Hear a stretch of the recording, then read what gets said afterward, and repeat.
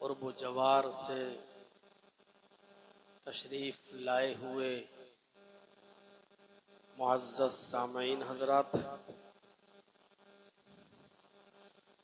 पर्दा नशीन इस्लामी ख़वातीन, माँ और बहनों, कौमों मिल्लत के लायक वर नौजवानों, अजीज़ बच्चों,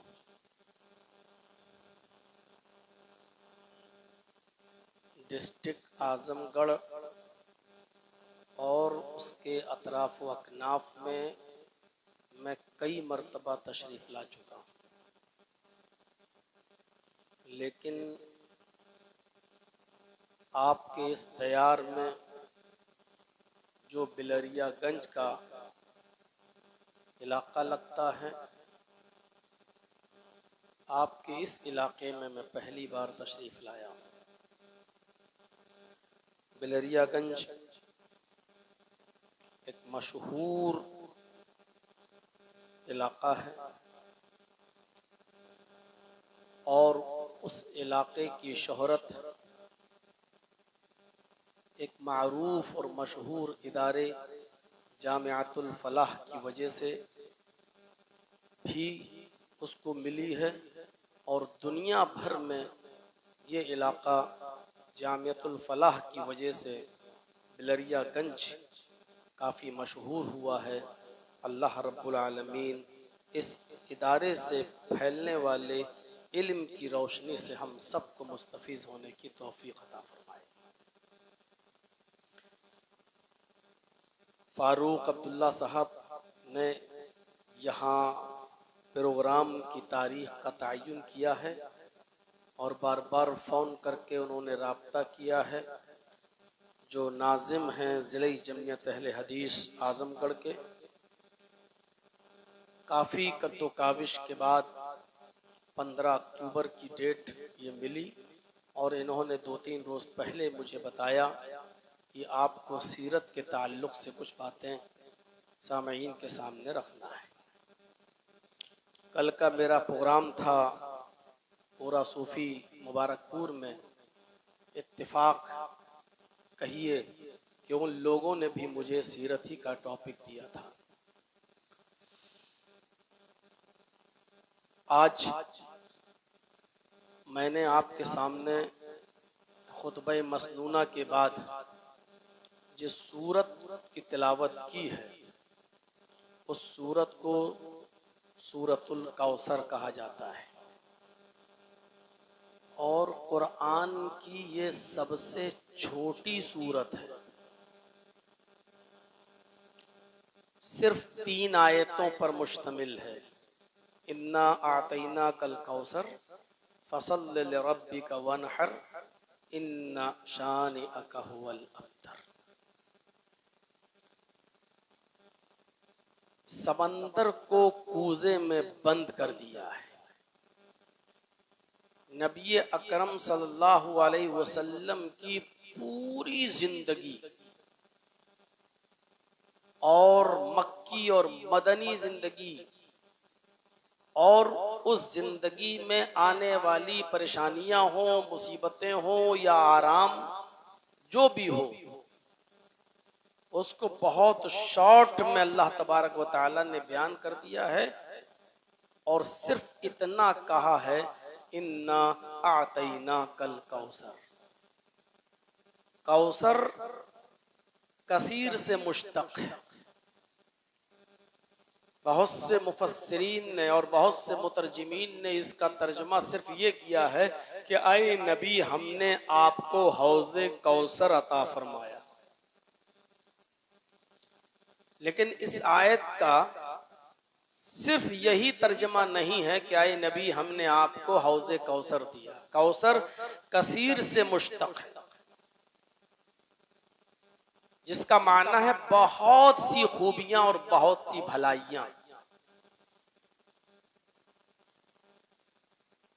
और अक्सर मुतरजिमीन ने जो तर्जमा किया है वो ये किया है कि इन्ना आतैना कल कौसर, आए नबी सल्लल्लाहु अलैहि वसल्लम, हमने आपको खैरे कसीर से नवाजा है, बहुत सी खूबियां और बहुत सी भलाइयों से नवाजा है। फसल्लि लिरब्बिका वनहर, शुक्रिये के तौर पर आप नमाज पढ़ते रहिए और कुर्बानी देते रहिए। और आगे वाले जुमले पर गौर कीजिए, इन्ना शानिअका हुवल अबतर, आपका दुश्मन ही अबतर होगा, मकतू नस्ल हो जाएगा, दुम बरीदा होगा, खाक आलूद हो जाएगा।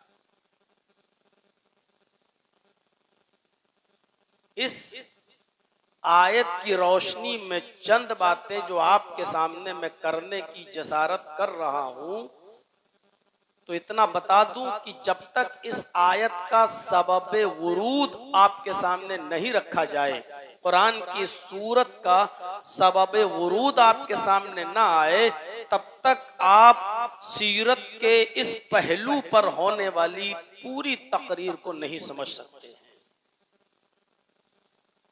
इस सूरत का एक सबबे वुरूद है, शाने नुज़ूल है।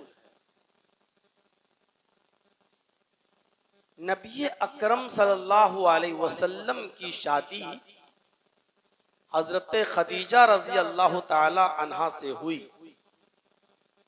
तो आपको अच्छी तरीके से इस बात का इल्म होगा कि आपके जितने भी बच्चे पैदा हुए वो आपकी पहली बीवी इसी खदीजा रजी अल्लाह ताला अन्हा के बतन से, उनके पेट से पैदा हुए, जिसमें 4 लड़कियां हैं और 2 लड़के हैं।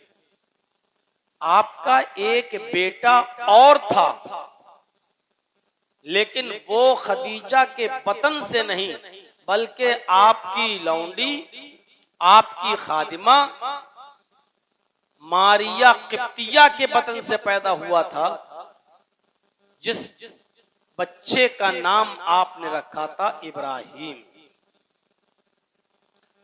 हुआ यूं कि आपके 2 बच्चे जो खदीजा से पैदा थे, पहले सबसे पहले जो बच्चा पैदा हुआ उसका नाम था कासिम, और उसी जिहत से नबी अकरम सल्लल्लाहु अलैहि वसल्लम को कहा जाने लगा अबुल कासिम, कासिम के बाप। तो पहले बेटे का नाम था कासिम। उसके बाद 4 बेटियां पैदा हुई, ज़ैनब, रुकैया, उम्मे कुलसूम और हजरत फातिमा। और उसके बाद फिर एक बेटा पैदा हुआ जिसका नाम था अब्दुल्लाह, जिनको तैयब और ताहिर भी कहा जाता था, ये उनका लक़ब था। तो एक बच्चा आपका बाद में पैदा हुआ जिसका नाम था अब्दुल्लाह। आपकी लड़कियां तो आपकी जिंदगी में कई सालों तक, शादी की उम्र तक जिंदा रहीं, लेकिन बच्चे आपके जो थे लड़के, वो सिगरे सिन्नी ही में इंतकाल कर गए, बचपने ही में इंतकाल कर गए, उनको ज्यादा उम्र नहीं मिली। कासिम का इंतकाल हो गया, हजरत ज़ैनब पैदा हुई, कई साल जिंदा रही, शादी भी हुई उनकी।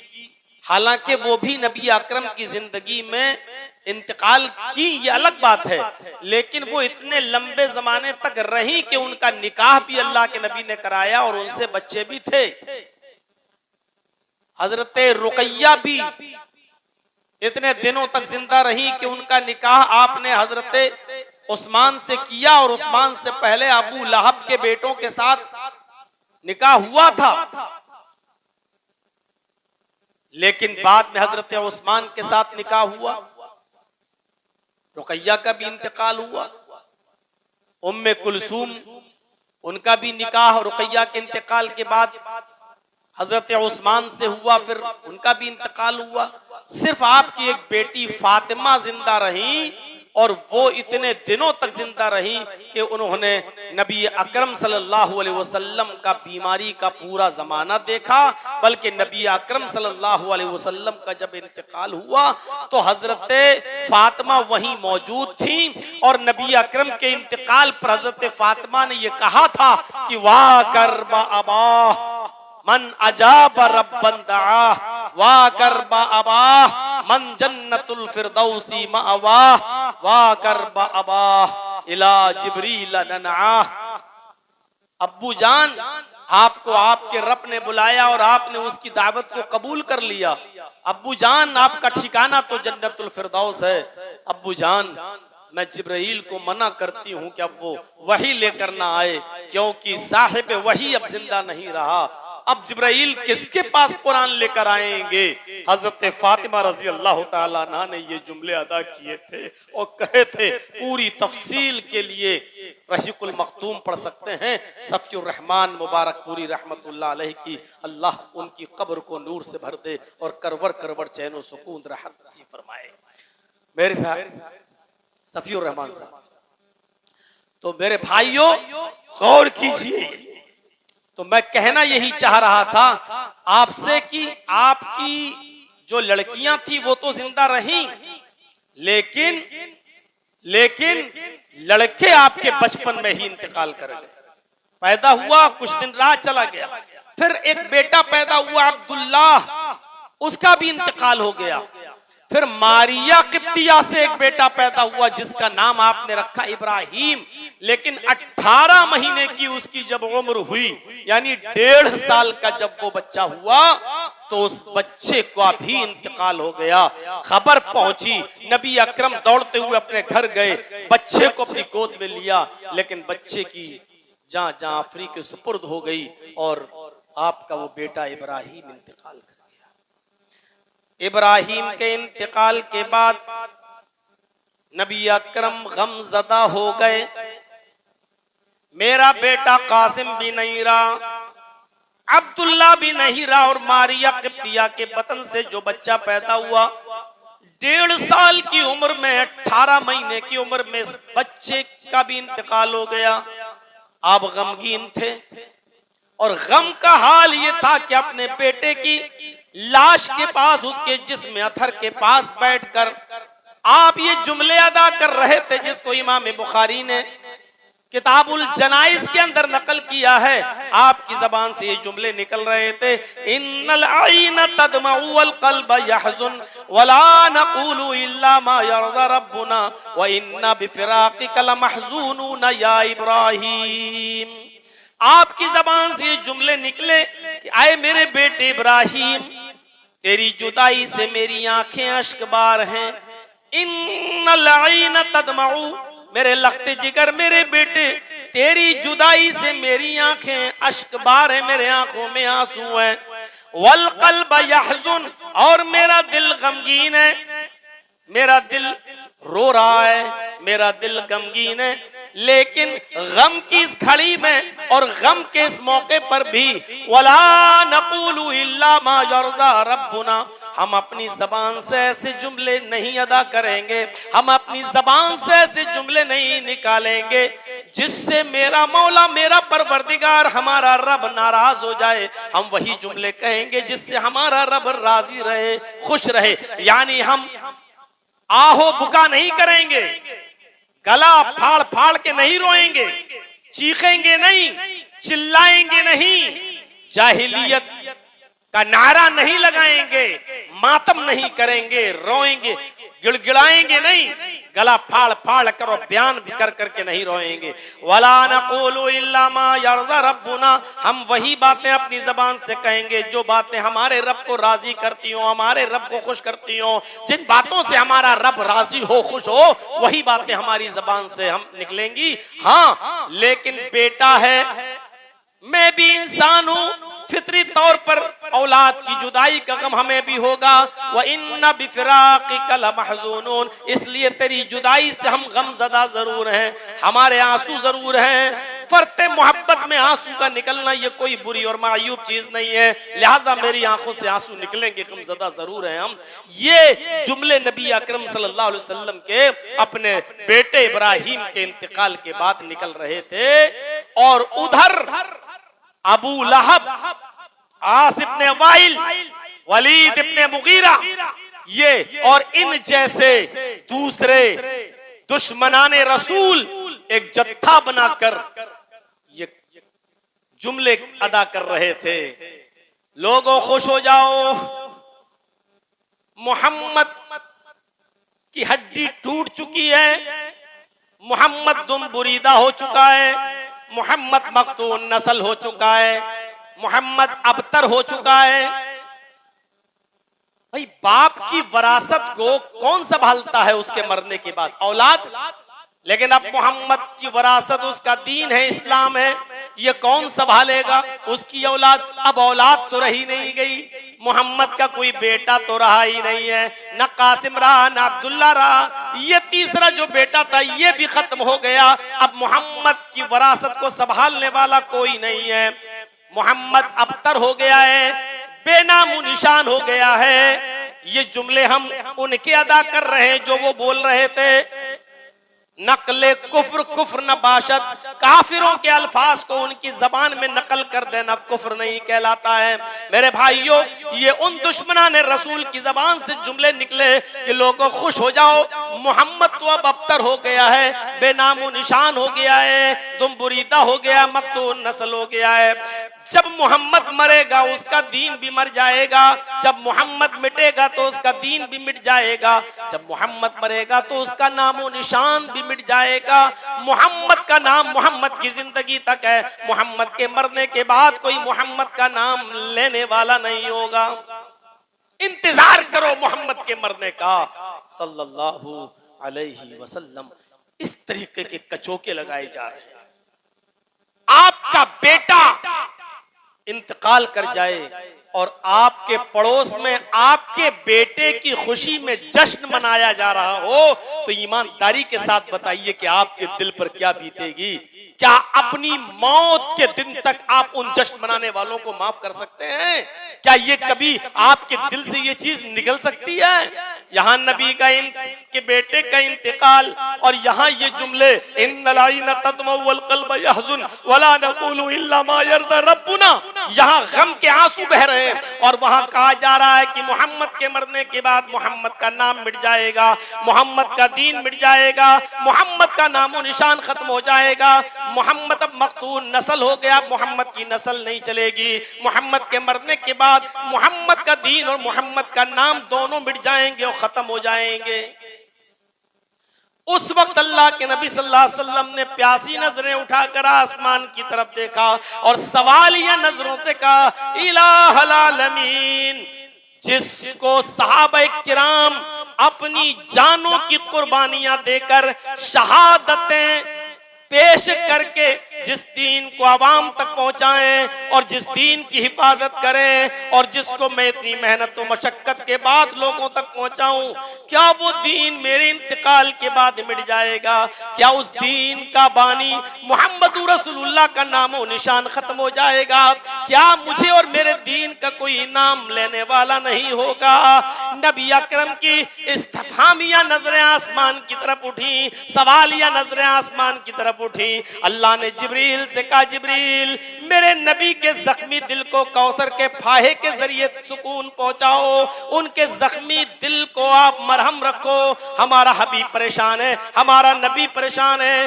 मेरे नबी का ये सवाल है, क्या मेरे इंतकाल के बाद क्या मेरा दीन और मेरा नामो निशान खत्म हो जाएगा?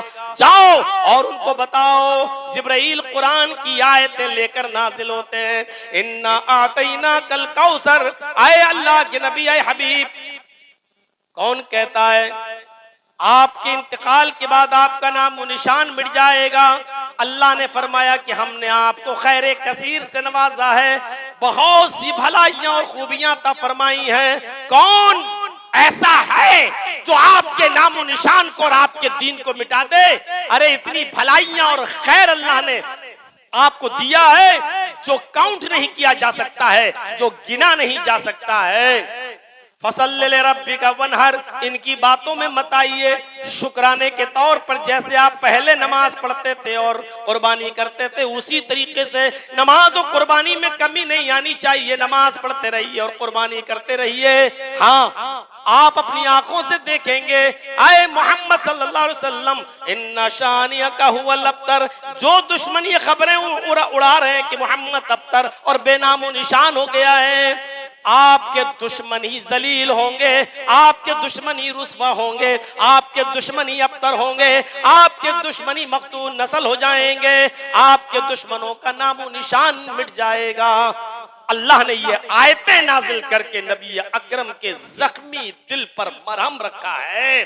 मेरे भाई, उस मौके पर ये आयतें नाजिल हुई और हकीकत है,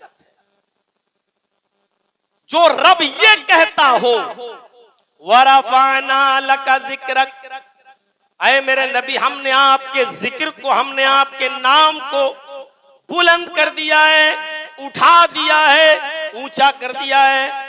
जिस नबी ने आपके जिक्र खैर, जिस अल्लाह ने आपके जिक्र खैर को आप बढ़ा दिया हो, ऊंचा कर दिया हो, बुलंद मकाम पे पहुंचाया हो, उसको कोई मिटा सकता है? उसको कोई खत्म कर सकता है? एक एक चीज पर आप नजर डाल के देख लीजिए, क्या ये चीजें बतलाती हैं? 1400 साल का जमाना गुजर चुका है, 1400 साल से भी ज्यादा का अरसा गुजर चुका है। 1400 साल के बाद मुझे बताइए, क्या मोहम्मदुर रसूलुल्लाह सल्लल्लाहु अलैहि वसल्लम का नाम मिट गया? क्या नबी अकरम सल्लल्लाहु अलैहि वसल्लम का जिक्र खैर बंद हो गया? क्या नबी अकरम सल्लल्लाहु अलैहि वसल्लम का आज दुनिया में कोई नाम लेवा नहीं है? मैं तो ये कहूंगा कि अल्लाह के बाद मखलूकाते अर्जी में, इस जमीन पर तमाम अदियाने बातिला के लोग मौजूद हैं, फिरक और अदियान के लोग, उनके मानने वाले मौजूद हैं, लेकिन मुआजना कर लें, टेली कर लें, ले आए अपने अपने महान पुरुषों को, ले आए अपने अपने मैसेंजर्स और प्रॉफिट्स को, ले आए अपने अपने बुजुर्गों को, ले आए और कंपेयर करके देखें, आइए टेली करके देखें और मिलाकर देखें कि आज भी 1400 साल का जमाना गुजर जाने के बाद भी अगर इस कायनात में मखलूकात के अंदर अगर सबसे ज्यादा किसी का नाम लिया जा रहा है, वो भी 1400 साल गुजर जाने के बाद सबसे ज्यादा अगर किसी हस्ती का नाम लिया जा रहा है, तो वो हस्ती है जनाबे मुहम्मदुर रसूलुल्लाह सल्लल्लाहु अलैहि वसल्लम।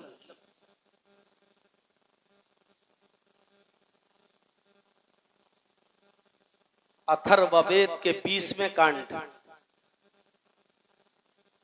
उसका सूक्त नंबर 121 के मंत्र नंबर 1 में आप देखेंगे, इसी तरफ इशारा किया, इदम जनाउपश्रुतो नरा शंसिस्तश्विष्यते षष्ठिम सहस्त्रानवीतम चकौरम अरुष्मेधुदत्महे। मैंने मंत्रों को पढ़ना छोड़ दिया है आमतौर पर जलसों के अंदर। हाई कोर्ट से मुझे जो बेल मिली है वो कई शर्तों पर मुहित है। उसी में शर्त ये भी है कि आप किसी दूसरे मजहब की कोई किताब का हवाला नहीं देंगे। आपको अपने मजहब की किताब से मतलब है, आपको अपने मजहब से वास्ता है। लेकिन चूंकि इसमें कोई ऐसी चीज नहीं थी, इसलिए मैंने पेश कर दी। ये बताने का मकसद सिर्फ ये है कि आखिरी नबी को क्या कहा गया और उसका नाम कितना बुलंद होगा, उसकी तरफ इशारा किया गया। अथर्ववेद 20वां कांड सूक्त 121 का मंत्र नंबर 1, इदम जनाउपश्रुतो नरा शंसिस्तश्विष्यते। इदम संस्कृत में बिल्कुल ऐसे ही बोला जाता है जैसे अरबी में या अल्लाह, ऐ अल्लाह, या अय्युहन्नास, ऐ लोगो। इदम जना का वही तर्जुमा है, ऐ लोगो। इदम ऐ जना जनता, इदम जना ऐ जनता, तो क्या तर्जमा करोगे? ऐ लोगो। मैं ये कहूं कि या अय्युहन्नास को संस्कृत में कैसे कहेंगे? इदम जना, ऐ लोगो।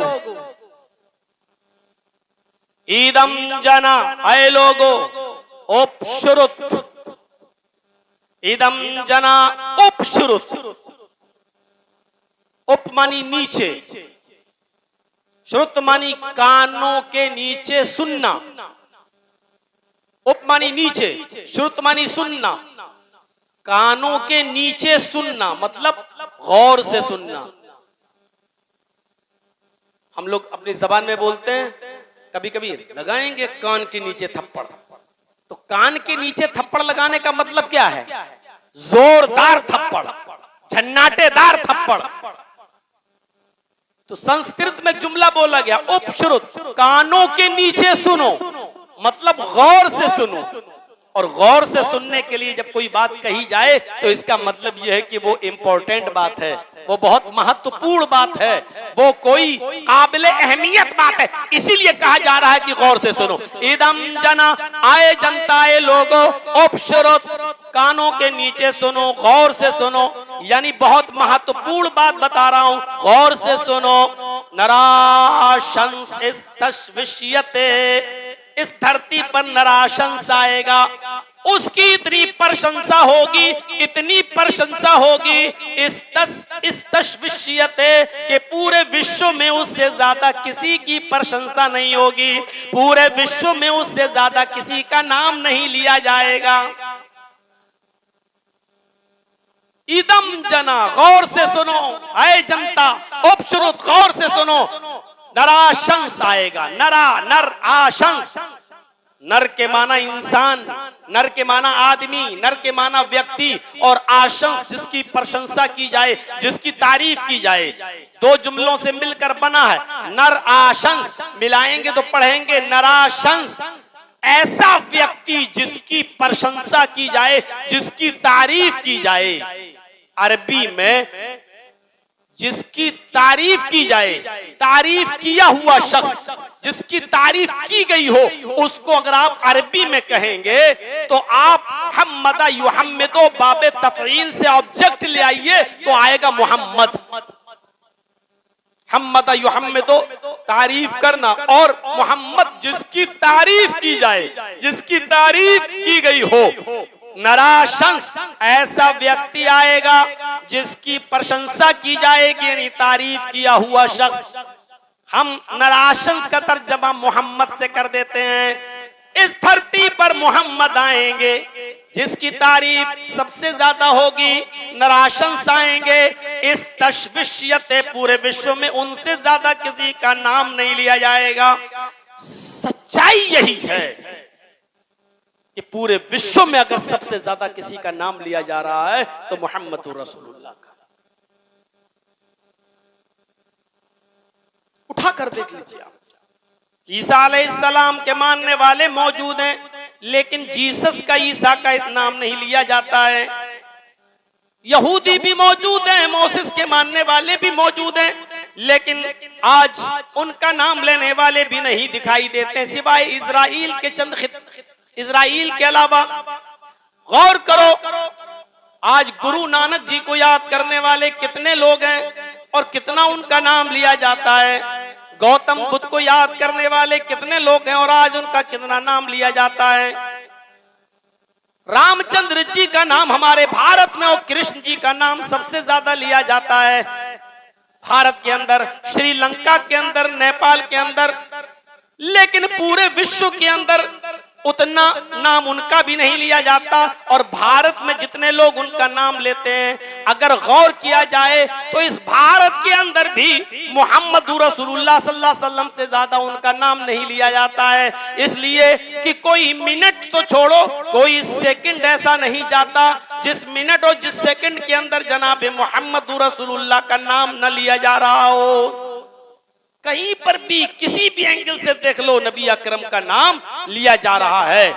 मस्जिद के मीनारे पर खड़े होकर देख लो, कोई शख्स है, कान में उंगली दे दिया है, मुअज्जिन है, अजान के कलमात बुलंद कर रहा है, अल्लाह की वहदानियत का इकरार कर रहा है, फिर अल्लाह के माबूद बरहक होने की गवाही दे रहा है। अल्लाहु अकबर, अल्लाहु अकबर, अशहदु अल्ला इलाहा इल्लल्लाह। अल्लाह रब्बुल आलमीन का नाम लेते हो उसकी वहदानियत का तज़किरा करते हो, उसकी किबरियाई बड़ाई बयान करते हो, उसके माबूद बरहक होने का इकरार करते हो। आए मेरे बंदो, कसम है मुझे अपने इज्जत और जलाल की, जब तक मेरे नाम के साथ साथ मेरे हबीब का, मेरे नबी का, मेरे पैगंबर का, मेरे महबूब का नाम नहीं लोगे, तुम्हारी आजान भी मुकम्मल नहीं होगी। उस आजान के अंदर नाम लिया जा रहा है, अशहदु अन्ना मुहम्मदर रसूलुल्लाह। अल्लाह का नाम, साथ में मुहम्मदुर रसूलुल्लाह का नाम। और अजान देख लीजिए, कोई एक जगह होती है, आप ही अपने यहां देख लीजिए, किसी की घड़ी 1 मिनट पीछे, किसी की घड़ी 1 मिनट आगे, किसी की घड़ी 5 मिनट आगे, किसी की घड़ी 5 मिनट पीछे, और अजान हो रही है। एक एक सेकंड और एक एक मिनट के बाद यहां खत्म हुई, दूसरी मस्जिद से अजान की आवाज आ रही है, दूसरी खत्म हुई, तीसरी मस्जिद से अभी अजान की आवाज आ रही है, तीसरी से खत्म हुई, चौथी मस्जिद से अजान की आवाज आ रही है।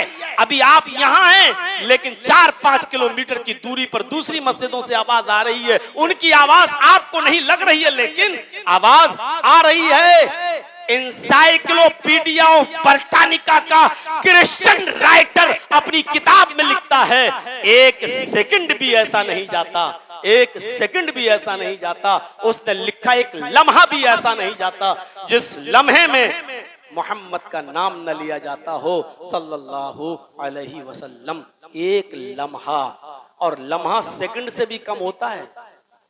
सेकंड तो हम लोग बोल देते हैं, आंख बंद करो, पलक खोलो, 1 सेकंड हो गया। लम्हा सेकंड से भी कम होता है, सेकंड से भी कम। लम्हे को सही समझना हो तो ऐसे समझो कि दुनिया में किसी शख्स को जिसने कभी भी यार तकलीफ ना उठाई हो, कभी भी परेशानी का मुंह ना देखा हो, उसके पास 1 मिनट के लिए भी कभी तकलीफ ना आई हो, ऐसे शख्स को अल्लाह रब्बुल आलमीन कयामत के दिन जहन्नम के अंदर एक लम्हा डाल के निकलवा देगा। एक लम्हा ऐसे करके निकलवा देगा, जहन्नम के अंदर ऐसे करके निकलवा देगा, और फिर उसको खड़ा करके पूछा जाएगा उससे, क्या तूने दुनिया में आराम नाम की कोई चीज देखी है? एक लम्हे की गर्मी से झुलस कर आने वाला चीख पड़ेगा कि हम तो जानते ही नहीं आराम किसे कहते हैं। एक लम्हे की तकलीफ से जिंदगी भर के सारे ऐशो आराम भूल जाएगा, लज्जतें भूल जाएगा। उस लम्हे की तशरीह करते हुए एहसान इलाही ज़हीर ने कभी अपने खिताब में कहा था कि वो सेकंड से भी कम होता है। 1 सेकंड तो फिर भी होता है, आंख का पलक झपको खोलो, 1 सेकंड, लम्हा इससे भी कम होता है। एक लम्हे के लिए भी मोहम्मद रसूलुल्लाह का नाम बंद नहीं होता है, और नाम लिया जा रहा है। इस तशविशियत पूरे विश्व के अंदर उससे ज्यादा किसी का नाम नहीं लिया जाएगा, और नहीं लिया जा रहा पूरे विश्व में नबी से ज्यादा किसी का नाम। इन्ना अतैना कल कौसर, ऐ नबी कौन कहता है कि आपके इंतकाल के बाद आपका नामो निशान मिट जाएगा? मस्जिद की बुलंदियों पर खड़े होकर मेरा बंदा जब मेरा नाम लेगा, कसम है मुझे अपने इज्जत व जलाल की, मेरे नाम के साथ साथ वो आपका भी नाम लेगा। और जब अल्लाह का नाम लिया जाता रहेगा तो मुहम्मदुर रसूलुल्लाह का नाम भी लिया जाता रहेगा। यानी कयामत की सुबह तक मस्जिदों में अजानें होती रहेंगी, तो कयामत की सुबह तक मुहम्मदुर रसूलुल्लाह का नाम भी लिया जाता रहेगा। कौन कहता है कि आपके इंतकाल के बाद आपका दीन मिट जाएगा, आपका नाम व निशान खत्म हो जाएगा? नहीं। एक और तरीके से देखिए, जब भी कोई वुजू बनाता है तो ये लीजिए, कुल्ला किया, नाक में पानी डाला, और वुजू बनाने के बाद क्या दुआ पड़ी? अशहदु अल्ला इलाहा इल्लल्लाह व अशहदु अन्ना मुहम्मदन अब्दुहु व रसूलुहु। मुस्लिम शरीफ की हदीस में वुजू की इतनी ही दुआ है, अल्लाहुम्मा जअलनी मिनत तव्वाबीना वजअलनी मिनल मुतत्तहिरीन। ये अल्फाज तिर्मिजी के अंदर आए हैं, तिर्मिजी के। मैंने जो रिवायत आपके सामने पढ़ी है अभी, वो जो दुआ बताई है वो मुस्लिम की है। इस दुआ में क्या पढ़ा जा रहा है? अशहदु अल्ला इलाहा इल्लल्लाह व अशहदु अन्ना मुहम्मदन अब्दुहु व रसूलुहु। कौन कहता है मेरे हबीब आपके इंतकाल के बाद आपका नामो निशान मिट जाएगा? मेरा बंदा जब भी वुजू बनाएगा और वुजू बनाने के बाद जहां मेरी वहदानियत का इकरार करके मेरा नाम लेगा, उस वुजू के बाद की दुआ में वो आपका भी नाम लेगा। अशहदु अल्ला इलाहा इल्लल्लाह कहेगा तो अशहदु अन्ना मुहम्मदन अब्दुहु व रसूलुहु, वो आपके नाम का भी जिक्र करेगा। तो जब तक वुजू बनाया जाता रहेगा तब तक आपका नाम भी लिया जाता रहेगा। कौन कहता है कि आपके इंतकाल के बाद आपका नामो निशान मिट जाएगा? इन्ना अतैना कल कौसर, हमने आपको खैर कसीर से नवाजा है, हमने आपको बहुत सी भलाइयों से नवाजा है। चलिए, अजान में भी मेरे नाम के साथ साथ आपका नाम भी लिया जाता रहेगा, लेकिन अजान के बाद की दुआ में जब भी मेरा बंदा दुआ पढ़ेगा मेरा नाम लेगा तो उसी दुआ में आपका नाम भी लेगा। अल्लाहुम्मा रब्बा हाज़िहि दावति ताम्मा व सलातिल काइमा आति मुहम्मदनिल वसीला वल फजीला वबअसहु मकामम महमूदा अल्लज़ी वअदता। माफ कीजिएगा, बुखारी शरीफ की हदीस में यही दुआ नकल की गई है। वद्दरजतिर रफिया का लफ्ज किसी सही हदीस से साबित नहीं है, इसलिए वो मैंने पढ़ा भी नहीं है। बुखारी शरीफ की हदीस में वबअसहु मकामम महमूदा इतनी दुआई है। तो जहां नाम अल्लाह का लिया जा रहा है, अल्लाहुम्मा रब्बा हाज़िहि दावति ताम्मा, जहां रब का नाम लिया जा रहा है, अल्लाहुम्मा कहकर अल्लाह का नाम लिया जा रहा है, वही आती मुहम्मदनिल वसीला, मुहम्मदुर रसूलुल्लाह के नाम का भी तस्करा हो रहा है। ऐ नबी, कौन कहता है आपके इंतकाल के बाद आपका नामो निशान मिट जाएगा? कौन कहता है आपके इंतकाल के बाद आपका दीन और आपका नाम खत्म हो जाएगा? जब तक अजान होती रहेगी और अजान के बाद दुआ पढ़ी जाती रहेगी, आपका नाम भी लिया जाता रहेगा।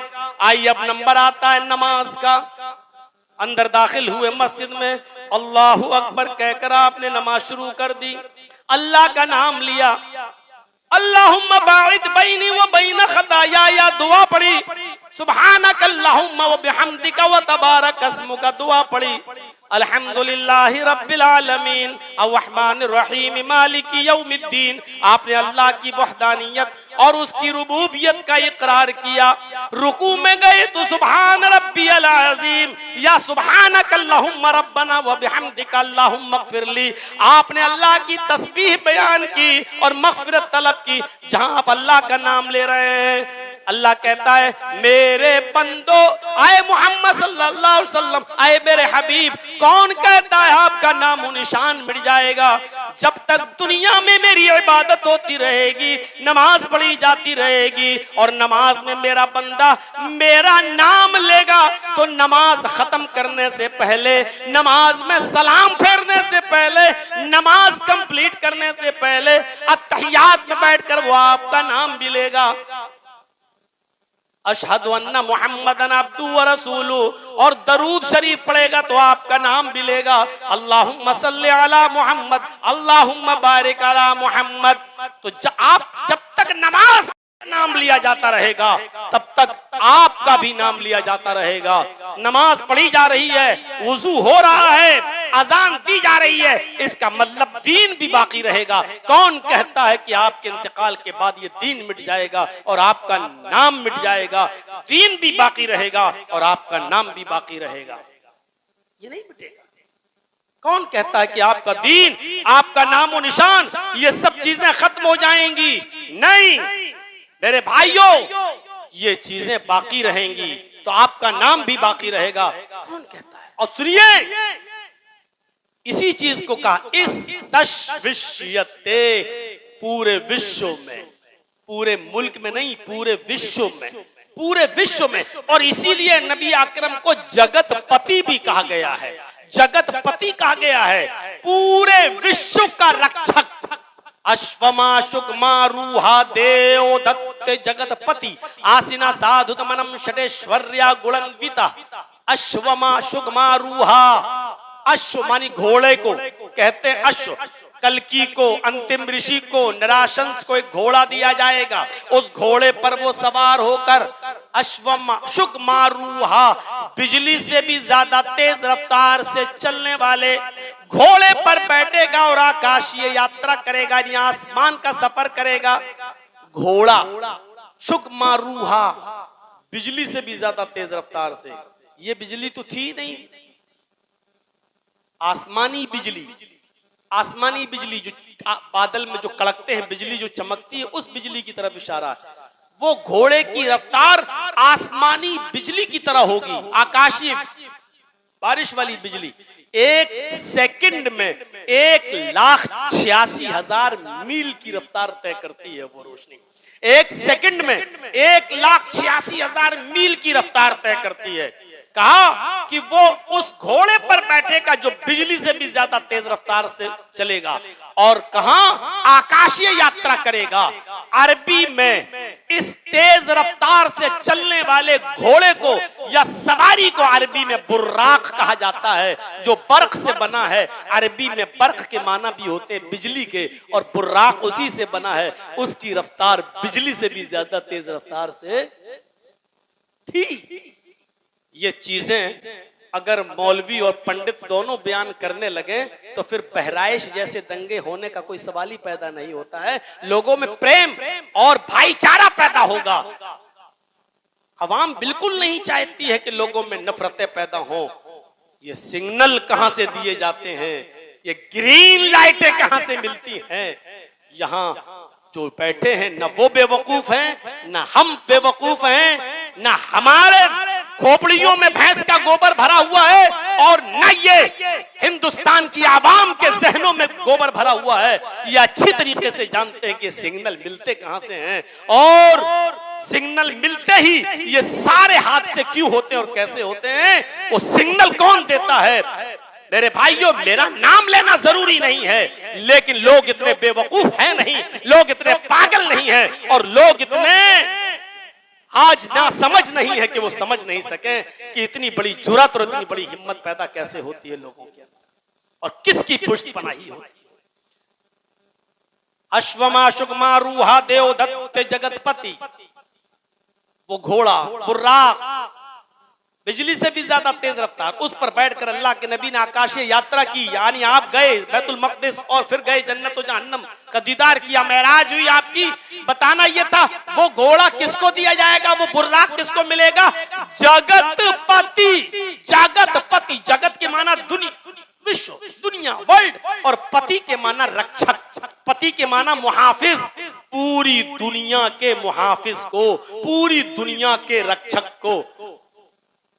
एक औरत के पति को, दूल्हा को पति इसीलिए कहा जाता है क्योंकि वो अपनी पत्नी, अपनी बीवी की पूरी जिंदगी का मुहाफिज हो जाता है। निकाह करने के बाद उसने उसको अपनी हिफाजत में ले लिया, उसको इसीलिए पति कहा जाता है क्योंकि वो अपनी बीवी की इज्जत और आबरू का मुहाफिज है।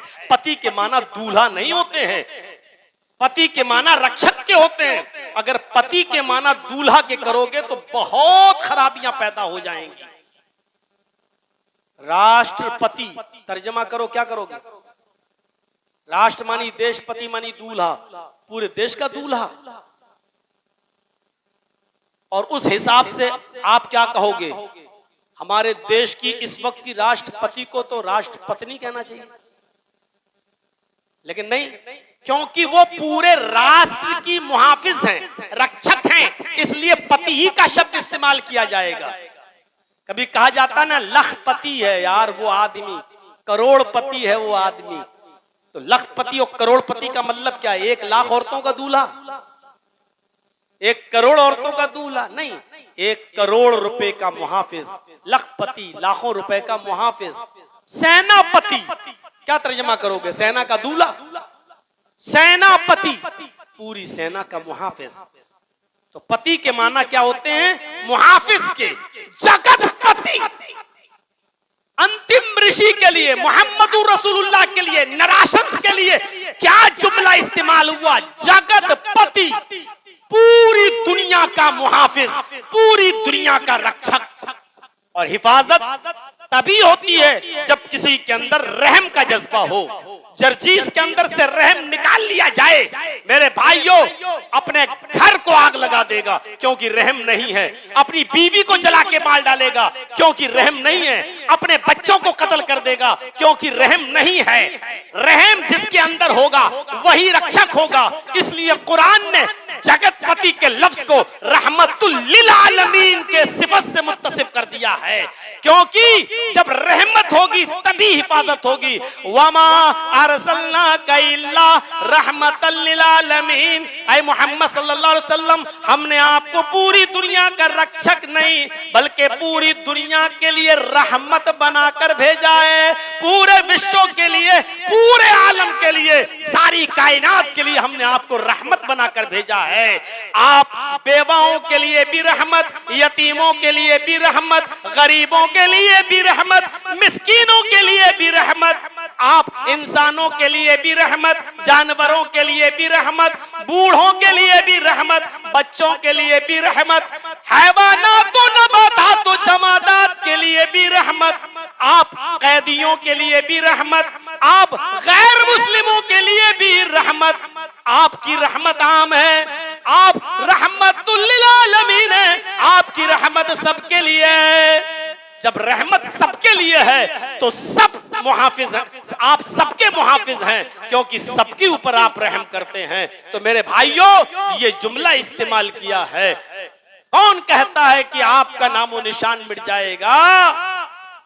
लक़द काना लकुम फी रसूलिल्लाहि उस्वतुन हसना, लक़द काना लकुम फी रसूलिल्लाहि उस्वतुन हसना। रसूलुल्लाह सल्लल्लाहु अलैहि वसल्लम की जिंदगी में तुम्हारे लिए बेहतरीन नमूना है। अल्लाह ताला ने नबी अकरम की पूरी जिंदगी को नमूना बना दिया है। आपकी पूरी जात को आइडियल और मॉडल और नमूना बना दिया है। आप नबी के नाम की बात करते हो? नहीं, नबी का नाम तो बाकी रहेगा ही। नबी की हर अदा को सुन्नत और उसवे हसना बना दिया है।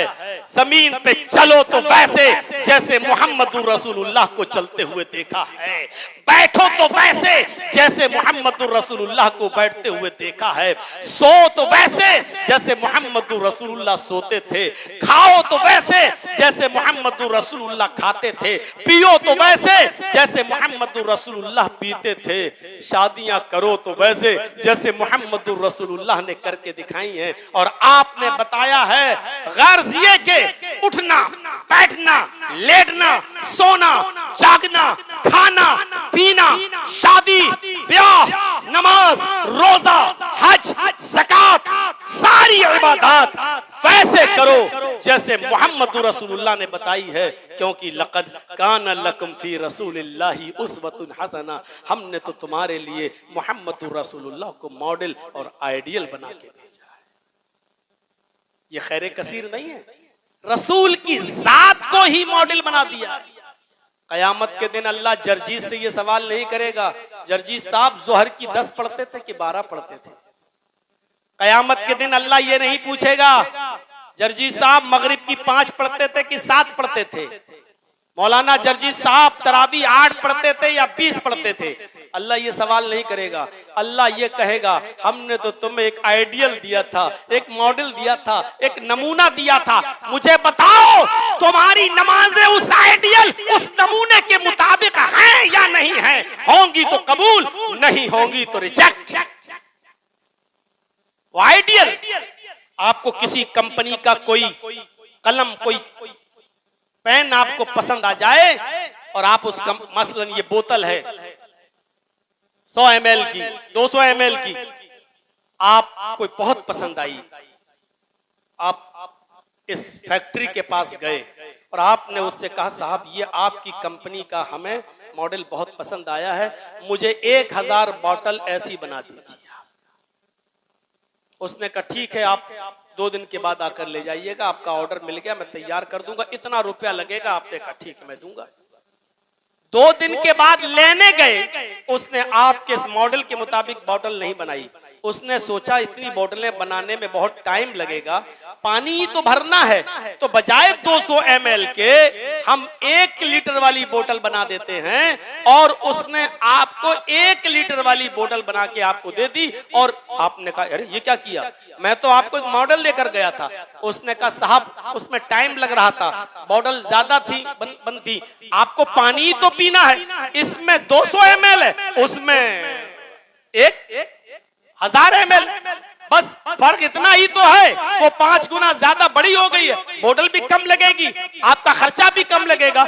आपने कहा नहीं चाहिए मुझे तो हर एक आदमी को अलग अलग बोतल देना थी। आपने चूंकि मेरे मॉडल के मुताबिक, मेरे नमूने के मुताबिक आपने बोतल नहीं बनाई है, इसलिए हम आपकी बोतल नहीं लेंगे, हटाइए इसको, हमें नहीं चाहिए, हमारा पैसा वापस कर दो। मेरे भाइयों आप नहीं लेंगे, क्यों? क्योंकि उसने आपके मॉडल के मुताबिक, उसने आपके नमूने के मुताबिक बोतल नहीं बनाई, चश्मा नहीं बनाया, पेन नहीं बनाया, या जो मॉडल आप देकर आए उसने उस मॉडल के खिलाफ काम किया है, आपके दिए हुए नमूने के मुताबिक उसने काम नहीं किया, आप वो चीज नहीं लेंगे।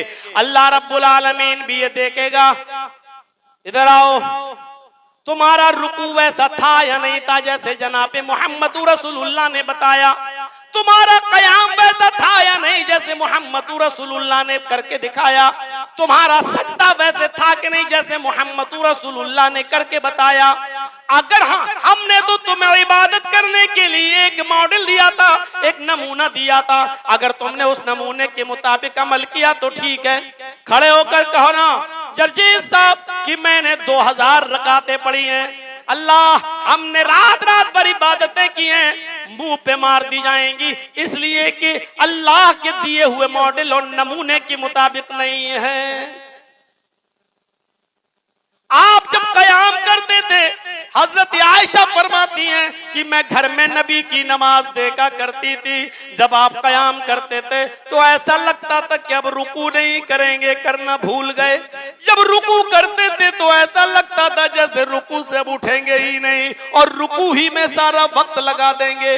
जब रुकू से उठते दोनों हाथों को बुलंद करते और कहते समिअ अल्लाहु लिमन हमीदा रब्बना व लकल हम्द, इतनी देर तक अल्लाह के नबी रुकू के बाद खड़े रहते कि मैं ये समझने लगती सजदा करना भूल गए, सजदा करना भूल गए। नबी के नमाज को देखो, आइडियल देखो, नमूना देखो मेरे भाइयों। अल्लाह के नबी रुकू के बाद जब सजदे में जाते तो इतनी देर खड़े रहते कि ऐसा लगता कि जैसे सजदा करना भूल गए। सजदा करके उठते, पहला सजदा किया, पहला सजदा करके बैठे। सहाबा कहते हैं दूसरा सजदे में जाने से पहले इतनी देर तक बैठे रहते कि मुझे लगता कि दूसरा सजदा करना भूल गए। हम अपनी नमाजों का जरा जायजा लें। समी अल्लाहु लिमन हमीदा, अल्लाहु अकबर, कौवे की चोंचों वाली और ठेंगों वाली नमाजों पर हम गौर करें और फिर हम लड़ाई लड़ें। मेरे भाइयों, आए नबी कौन कहता है कि आपका दीन मिट जाएगा और आपका नामो निशान मिट जाएगा? जब तक इबादतें भी आपके तरीके के मुताबिक न हो, इबादत मेरी लेकिन तरीका आपका, जब तक मेरा बंदा मेरी इबादत आपके बताए हुए तरीके के मुताबिक नहीं करेगा तब तक उसकी नमाज भी नहीं होगी। इसलिए फरमाया लक़द कान लकुम फी रसूलिल्लाहि उस्वतुन हसना, हमने आपकी जिंदगी को, मोहम्मद रसूलुल्लाह की जिंदगी को लोगों के लिए तुम्हारे लिए नमूना बना दिया है। रसूलुल्लाह की जिंदगी में तुम्हारे लिए बेहतरीन आइडियल है, बेहतरीन नमूना है। इसलिए याद रखिएगा, उठना, बैठना, लेटना, सोना, जागना, खाना पीना, शादी ब्याह, नमाज रोजा, हज, ज़कात, तिजारत, बिजनेस, लेन देन, ये सारी चीजें शरीयत में मौजूद हैं। उसका तरीका बताकर गए हैं अल्लाह के नबी सल्लल्लाहु अलैहि वसल्लम। अगर हमारा नबी के तरीके पर नहीं है तो फिर मामला गड़बड़ है, मामला गड़बड़ है। बैठी हुई हैं आज तलाकशुदा लड़कियां। समाज के अंदर हालात इतने खराब हैं कि अगर किसी का शौहर मर जाए और 2 बच्चे छोड़कर जाए तो बेचारी वो खातून अब डर की वजह से शादी नहीं करती है कि अब लोग क्या कहेंगे, देखो 2 बच्चे भी हैं, अब इन्हीं को पढ़ाएंगे लिखाएंगे और पाल पोस के बड़ा कर लेंगे, अब हम दूसरी शादी नहीं करेंगे। क्यों? समाज के डर से, मुआशरे के डर से वो बैठी रहती है, लेकिन दूसरी शादी करने के लिए उसका ज़मीर तैयार नहीं होता है। उसके पास जज्बात हैं, उसके पास इरादे हैं, वो जानती है कि दूसरी शादी मेरे लिए बेहतर है, लेकिन जानती है अगर कर लेंगे तो समाज क्या कहेगा, सोसाइटी क्या कहेगी। मेरे भाइयों, हजरत खुनैस, बुखारी उठाइए, हजरत खुनैस रज़ी अल्लाह ताला अन्हु जो जंगे बद्र के अंदर जख्मी हो गए, ये हजरत उमर फारूक रज़ी अल्लाह ताला अन्हु के दामाद थे और नबी अकरम ने अपनी बेटी हजरत खुनैस को दी हुई थी सफिया। हजरत उमर ने अपनी बेटी सफिया हजरत खुनैस को दी हुई थी। जंगे बदर में जख्मी हो गए और फिर इस जख्म की ताब ज्यादा न ला सके और इसी बीमारी में उनका इंतकाल हो गया। जैसे हजरत खुनैस का इंतकाल हुआ और हजरत सफिया की इद्दत खत्म हुई तो हजरत सफिया के निकाह की फिक्र हजरत उमर फारूक को हुई। जिस वक्त हजरत सफिया के शौहर खुनैस इंतकाल किए, उस वक्त हजरत सफिया की उम्र कितनी थी, जरा गौर कीजिएगा, कितनी थी? 21 साल, 21 ईयर्स, सिर्फ 21 साल। उनकी शादी की फिक्र हुई हजरत उमर फारूक को। उमर फारूक रज़ी अल्लाह ताला अन्हु चाहते तो उनकी बेटी के लिए बड़े से बड़े रिश्ते मिल सकते थे, अच्छे से अच्छे रिश्ते मिल सकते थे, लेकिन हजरत उमर फारूक ने बड़े दौलतमंद और अमीर रिश्ते को तरजीह नहीं दी, बल्कि अपनी बेटी के लिए हाथ मांगा तो किससे? हजरत उस्मान गनी रज़ी अल्लाह ताला अन्हु से कहा, उस्मान तुम तो जानते ही हो कि सफिया बेवा हो गई है, खुनैस इंतकाल कर गए हैं, मुझे अपनी बेटी के निकाह की फिक्र है, क्या तुम मेरी बेटी के साथ निकाह करोगे? हजरत उस्मान गनी ने जो जवाब दिया वो जवाब ये था कि मुझे कुछ मोहल्लत दीजिए, कुछ सोचने समझने का टाइम दीजिए। कुछ दिनों के बाद हजरत उमर ने फिर उस्मान से पूछा, उस्मान क्या हुआ? तुमने कुछ दिन का टाइम मांगा था, मेरी बेटी सफिया से निकाह के बारे में तुम्हारा क्या इरादा है? हजरत उस्मान कहते हैं उमर फारूक से कि उमर इरादा नहीं हो पा रहा है, मशवरा भी किया लोगों से और मैंने भी गौर किया तो अभी कोई इरादा नहीं बन पा रहा है, यानी मैं निकाह करने के लायक नहीं, मैं निकाह नहीं कर सकता। हजरत उमर फारूक ने कहा कोई बात नहीं। अब हजरत उमर फारूक ने अपनी बेटी के लिए दूसरी बार जिसके सामने जबान खोली, जरा गौर से सुनिएगा, आपने वो जबान खोली हजरत अबू बकर सिद्दीक से।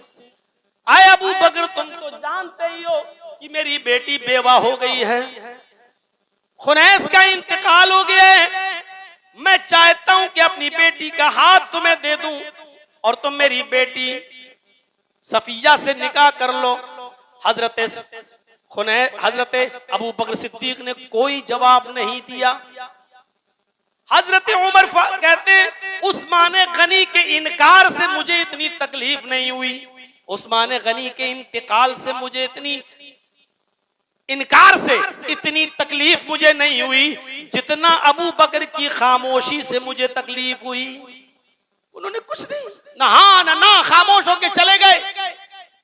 कुछ दिनों के बाद जनाब मोहम्मद रसूलुल्लाह सल्लल्लाहु अलैहि वसल्लम का पैगाम आ गया हजरत उमर से कि आपकी बेटी सफिया बेवा हो गई और मैं आपकी बेटी सफिया से निकाह करना चाहता हूं। हजरत उमर ने खुशी खुशी अपनी बेटी सफिया का निकाह मोहम्मद रसूलुल्लाह सल्लल्लाहु अलैहि वसल्लम के साथ कर दिया। मैं बताना ये चाहता हूं, बेटी की उम्र कितनी है? 21 साल। बेटी के लिए अमीर रिश्ते भी मिल सकते हैं, दौलतमंद भी मिल सकते हैं, लेकिन हजरत उमर अपनी बेवा बेटी के लिए दौलतमंद रिश्ते की फिक्र नहीं कर रहे हैं, बल्कि अपनी बेटी की उम्र 21 साल, उसका कुफ भी नहीं ढूंढ रहे हैं कि 25 साल का लड़का मिल जाए, 26-28 साल का मिल जाए। उनके लिए हजरत उस्मान से गुफ्तगू कर रहे हैं। उस्मान, क्या तुम मेरी बेटी से निकाह करोगे? हजरत उस्मान गनी, जो तकरीबन हजरत उमर फारूक की उम्र के, जरा गौर करो।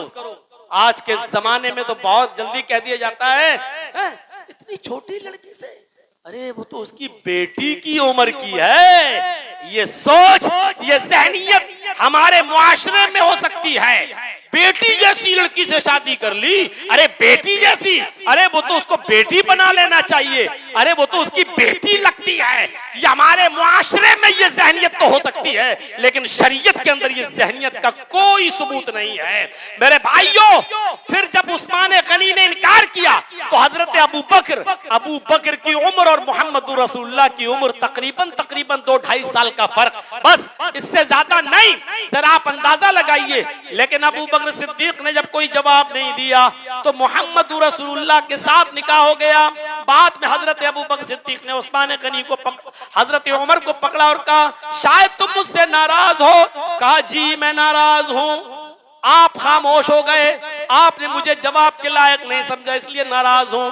हजरत अबू बकर सिद्दीक ने कहा, ये नाराजगी खत्म करने के लिए मैं आया हूं, आपकी बेटी से निकाह करने के लिए मुझे कोई एतराज नहीं था। आपने जब मुझे पैगाम दिया तो मुझे कोई एतराज नहीं था, लेकिन मैंने मोहम्मद रसूलुल्लाह को तस्करा करते हुए सुना था, वो आपकी बेटी से निकाह करना चाहते थे और मुझे मालूम था नबी का इरादा, लेकिन नबी के इस राज को फाश करना मैंने मुनासिब नहीं समझा। मैंने सोचा अगर अल्लाह रब्बुल आलमीन की तरफ से ये हुक्म होगा तो नबी का निकाह हो ही जाएगा, और नहीं होगा तो बाद में मैं तो कर ही लूंगा। लेकिन नबी अकरम सल्लल्लाहु अलैहि वसल्लम मुझसे कह चुके थे, अपना राज बता चुके थे, और मैंने अपना नबी का ये राज आपसे जाहिर करना मुनासिब नहीं समझा। जब ये बात कही तब नाराजगी दूर हुई हजरत उमर फारूक के दिल से। मैं बताना ये चाहता हूं कि बेवा या मुतल्लका औलाद की इतनी फिक्र होती थी, ये बात की जिम्मेदारी है कि अपनी तलाकशुदा बेटी और बेवा बेटियों का निकाह कराएं। समाज और सोसाइटी को अगर आप बुराइयों से पाक और साफ रखना चाहते हो, अगर आप चाहते हो कि अय्यारी और मक्कारी और अय्याशी से हमारा मुआशरा पाक और साफ रहे, तो रसूलुल्लाह के इस तरीके को भी नाफिज करना होगा। मेरे भाइयों, उन बेवा और मुतल्लका लड़कियों की शादी की फिक्र भी पूरे समाज को होनी चाहिए। लड़की के माँ बाप को भी, लड़के के माँ बाप को भी, और समाज को इस नजर से, समाज को बचना चाहिए इस नजरिए से कि अच्छा 4 बच्चियों की अम्मा अब शादी करेगी, 4 बच्चों का बाप अब शादी करेगा, अब तो उसको अपने बेटों की शादी कराना चाहिए, चला अपनी शादी करने के लिए। हजरत अब्दुल्लाह इब्न उमर फरमाया करते थे, अगर मुझे ये पता चल जाए मेरी बीवी का इंतकाल हो जाए और कोई न रहे, और मुझे ये पता चल जाए कि मैं 15 दिन भी जिंदा रहूंगा और 15 दिन के बाद मेरा इंतकाल हो जाए, तो इस 15 दिन के लिए भी मैं तन्हा नहीं रहूंगा। मैं इन 15 दिनों के लिए भी एक नेक लड़की का इंतखाब करके उससे शादी करूंगा, उसको बीवी बना के लाऊंगा, भले ही 15 दिन बाद मेरा इंतकाल हो जाए, क्योंकि मैं चाहूंगा कि अल्लाह से जब मिलूं तो पाक और साफ हालत में मिलूं, ताहिर और मुतहिर की हालत में मिलूं, पाक और साफ हालत में मिलूं। अगर मुझे ये पता चल जाए कि 15 दिन भी मैं जिंदा रहूंगा, तब भी मैं निकाह कर लूंगा, क्योंकि अल्लाह ताला से पाक और साफ मिलना है तो शादीशुदा होगा। कैसा लग रहा है हमारा मुआशरा? अब कैसा लग रहा है कुरान और हदीस की रोशनी में हमारी सोसाइटी? जरा गौर करो मेरे भाइयों। तो जिस तरीके से नबी की पूरी जिंदगी आइडियल है, नमूना है, उसी तरीके से नबी की जिंदगी के सारे आमाल नमूना है। आपकी नमाज की तरह हमारी नमाज, आपके रोजे की तरह हमारे रोजे, और अमल और आपकी दावत। जर्जीस तकरीर कर रहे, आपके सामने कर रहा है, मेरी तकरीर से अगर एक आदमी भी सुधर गया और राह रास्त पे आ गया तो आप अंदाजा लगाइएगा, जब तक वो नेक अमल करेगा, जितना सवाब उसको मिलेगा उतना ही सवाब उसको भी यानी मुझे भी मिलेगा, क्योंकि वो मेरी तहरीक से मुतासिर हुआ है और मेरी दावत व तबलीग से। या जितने उलमा बैठे हैं यहाँ पर, किसी एक की बात से मुतासिर होकर वो बाअमल हो गया, तो जितना वो अमल करेगा, जितना सवाब अमल करने वाले को मिलेगा उस मुहर्रिक को भी मिलेगा जिसकी तहरीक पर वो आदमी बाअमल हुआ है और अमल करने वाला बन गया है। इस हिसाब से देखा जाए तो मोहम्मदुर रसूलुल्लाह की खैर कसीर का क्या आलम होगा। मेरे भाइयों, अव्वल दाई तो मोहम्मदुर रसूलुल्लाह हैं। मोहम्मदुर रसूलुल्लाह सल्लल्लाहु अलैहि वसल्लम की दावत पर अबू बकर ईमान लाए, मोहम्मदुर रसूलुल्लाह की दावत पर हजरत खदीजा ईमान लाई, मोहम्मदुर रसूलुल्लाह की दावत पर हजरत उमर इस्लाम लाए, सहाबा लाए, और फिर सहाबा की कोशिशों से ताबईन और तबा ताबईन और फिर ये और आज तक और कयामत तक जितने मुसलमान। अब आप गौर करो, अबू बकर की जितनी नमाजें हैं, जितने रोजे हैं, जितने हज और जितनी ज़कातें हैं, जितने कारे खैर हैं, जितना सवाब अबू बकर को मिलेगा उतना ही सवाब जनाब मोहम्मद रसूलुल्लाह को भी मिलेगा। उमर फारूक की सारी नेकियों का सवाब जितना उमर को मिलेगा उतना जनाब मोहम्मद रसूलुल्लाह को भी मिलेगा। हजरत खदीजा को जितना मिलेगा उतना ही जनाब मोहम्मद रसूलुल्लाह को भी मिलेगा। सहाबा किराम को जितना उनकी नेकियों पर सवाब मिलेगा उतना ही सवाब जनाब मोहम्मद रसूलुल्लाह सल्लल्लाहु अलैहि वसल्लम को भी मिलेगा। मेरे भाइयों, और आज हम और आप जितनी इबादतें कर रहे हैं और कयामत की सुबह तक जितने मुसलमान अल्लाह की इबादत करेंगे, नमाजें पढ़ेंगे, रोजे रखेंगे, हज करेंगे, ज़कातें देंगे, नेक काम करेंगे, जितना सवाब इन सबको मिलेगा हमें और आपको मिलेगा और उन कयामत तक पैदा होने वालों को मिलेगा, उतना ही सवाब जनाबे मोहम्मद रसूलुल्लाह को भी मिलेगा, क्योंकि आप अव्वल दाई और अव्वल मुहर्रिक हैं इस दावत के, इस इस्लाम की दावत के। इसलिए जैसे दुनिया में जब भी कोई कत्ल करेगा तो उसका पहला कत्ल का गुनाह काबिल के सर पे लादा जाएगा, क्योंकि काबिल ने दुनिया में सबसे पहला कत्ल किया है। जिस दुनिया में जितने भी कत्ल होंगे उन कातिलों को तो गुनाह पड़ेगा ही, वही गुनाह काबिल के सर पर भी लादा जाएगा, क्योंकि अव्वल कत्ल का मौजिद वही काबिल है। हाबिल का भाई और आदम का बेटा, उसको गुनाह पड़ेगा।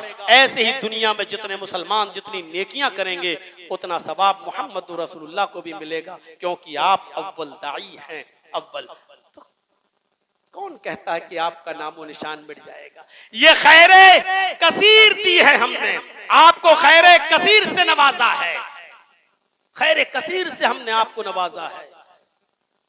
मेराज की दौलत जो अभी मैंने बताया था, गए बैतुल मक़दिस और फिर वहां से गए आप, सफर किया बुर्राक के जरिए। ये नेमत किसको मिली? मोहम्मद रसूलुल्लाह सल्लल्लाहु अलैहि वसल्लम को। क्या ये खैर कसीर में से एक खैर नहीं है? नबी अकरम जनाबे मोहम्मद रसूलुल्लाह को जो बहुत सी खैर मिली है उनमें से एक खैर ये भी है कि आपको मेराज की दौलत से माला माल किया गया है। मेरे प्यारे साथियों, आइए और चलिए शफाअत देखिए। शफाअत ये हक भी नबी अकरम सल्लल्लाहु अलैहि वसल्लम को मिलेगा, कयामत का दिन होगा। ये तो आपने मौलवियों से 50 बार सुना होगा, लोग इस नबी के पास जाएंगे, लोग उस नबी के पास जाएंगे, लोग इधर जाएंगे और अपनी अपनी शिकायतें करेंगे, अपने अपने गुनाह को याद करके कहेंगे हमारी सिफारिश करवाइए, और सारे पैगंबर मना कर देंगे, सारे नबी मना कर देंगे और साफ तौर पर कह देंगे, साफ तौर पर कि हम तुम्हारी कोई भी मदद नहीं कर सकते हैं। वो अपना अपना खता और अपनी अपनी गलती बता देंगे और लास्ट में लोग जनाब मोहम्मद रसूलुल्लाह सल्लल्लाहु अलैहि वसल्लम के पास आएंगे। तब नबी अकरम सल्लल्लाहु अलैहि वसल्लम उनकी बात गौर से सुनेंगे और अल्लाह से सिफारिश करेंगे। शिफाअत का हक नबी अकरम को हासिल होगा। हदीस के अल्फाज ये, बुखारी के अल्फाज ये हैं कि आप उन लोगों की बातें सुनकर शिफाअत के लिए सजदे में गिर जाएंगे। शिफाअत के लिए नबी अकरम जनाब मोहम्मद रसूलुल्लाह सल्लल्लाहु अलैहि वसल्लम सजदे में गिर जाएंगे और अल्लाह की हम्दो सना बयान करेंगे, जितनी अल्लाह चाहेगा और अल्लाह जितनी आपकी जबान से निकलवाना चाहेगा उतनी हमदो सना अल्लाह के नबी अल्लाह की अदा करेंगे। उसके बाद आवाज आएगी, इरफा रासक, आए मोहम्मद सल्लल्लाहु अलैहि वसल्लम अपने सर को उठाओ, आए मोहम्मद सल्लल्लाहु अलैहि वसल्लम अपने सर को उठाओ। नबी अकरम सल्लल्लाहु अलैहि वसल्लम अपना सर उठाएंगे। अल्लाह ताला कहेगा सल, कहा जाएगा सल, मांगो तो जो मांगोगे तुम्हें दिया जाएगा। वशफी तुशफ़ा, सिफारिश करो, शिफात करो, आपकी सिफारिश कबूल की जाएगी। तब अल्लाह के नबी इस इजाजत के बाद सिफारिश का काम करेंगे, सिफारिश, और फिर अल्लाह ताला जितने लोगों को चाहेगा उतने लोगों को बख्श देगा। नबी जितनों को चाहे बख्शवा दें, ये नहीं होगा। अल्लाह के नबी का सबको दे दो, जन्नती कर दो, तो सब जन्नती, ऐसा नहीं होगा। अल्लाह के नबी सिर्फ सिफारिश करेंगे। ये अल्लाह की मर्जी पर मौकूफ है कि अल्लाह जितनों को चाहेगा उतनों को बख्श देगा और जन्नत में भेज देगा।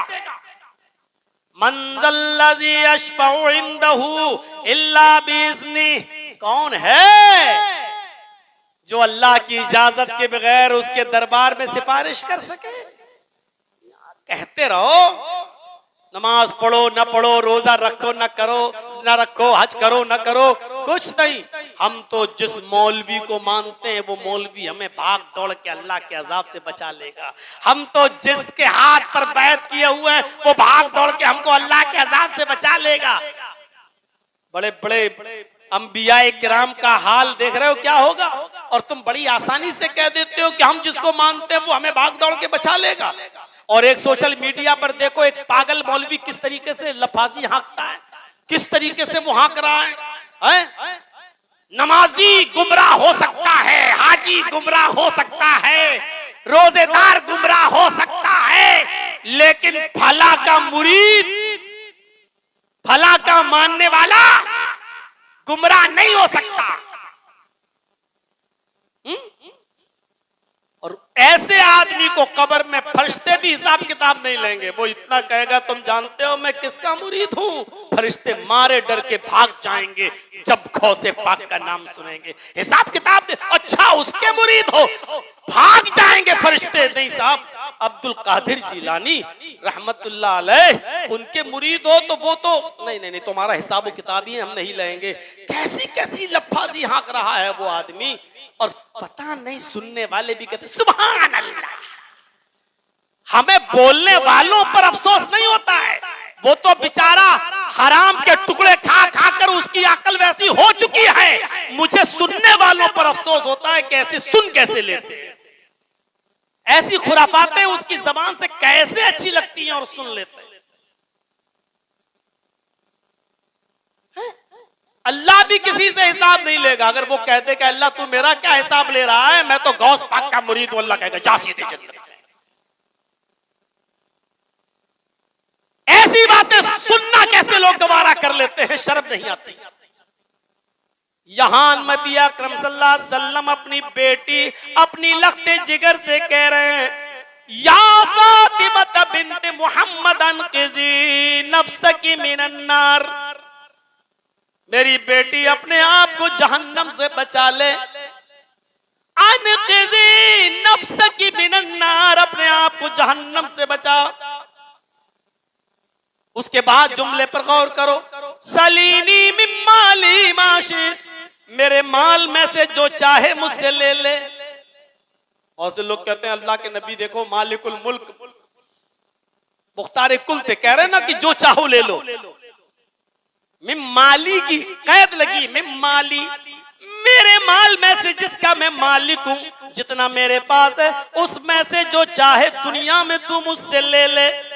इन्नी ला उगनी अन्के मिनल्लाहि शैआ, कयामत के दिन में तेरे कोई काम नहीं आऊंगा, अल्लाह के अजाब से मैं तुझे नहीं बचा सकता।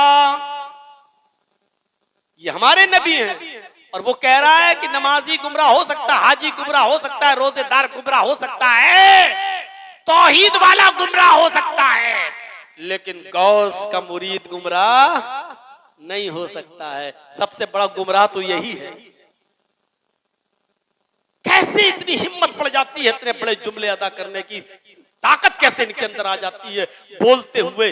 कम से कम ये क्यों नहीं सोचते अल्लाह कहीं मेरी जबान गुम ना हो जाए, ये कट के जमीन पर न गिर जाए, जमीन न धस जाए, हम इसके अंदर समा न जाए।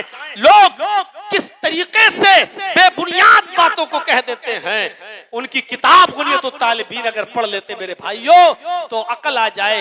अल्लाह की वहदानियत का क्या एतराफ किया है अब्दुल कादिर जिलानी बगदादी रहमतुल्लाह अलैह ने, और अहले तौहीद की पहचान भी एक ही बताई है। उन्होंने कहा 72 फिरके जहन्नमी, एक जन्नती, और जन्नती फिरके का नाम लेते अहले हदीस ये ना समझने लगे कि हमको कहा है। हम अस्हाबुल हदीस, हम अहलुल हदीस। उन्होंने कहा कुरान और हदीस पर अमल करने वाले जन्नती। ये अहले हदीस अपने आप को ना समझें जो अपनी बेटियों को बिठाए हुए हैं 30-30 साल की और शादियां नहीं करा रहे हैं, अभी तो पढ़ रही है। जब किसी राम किशोर और राजकुमार से जब के साथ जब कोर्ट मैरिज करेगी तब कहे एहसास होगा ये हमने क्या किया। नबी अकरम की कोई बात मसलहत से खाली नहीं है।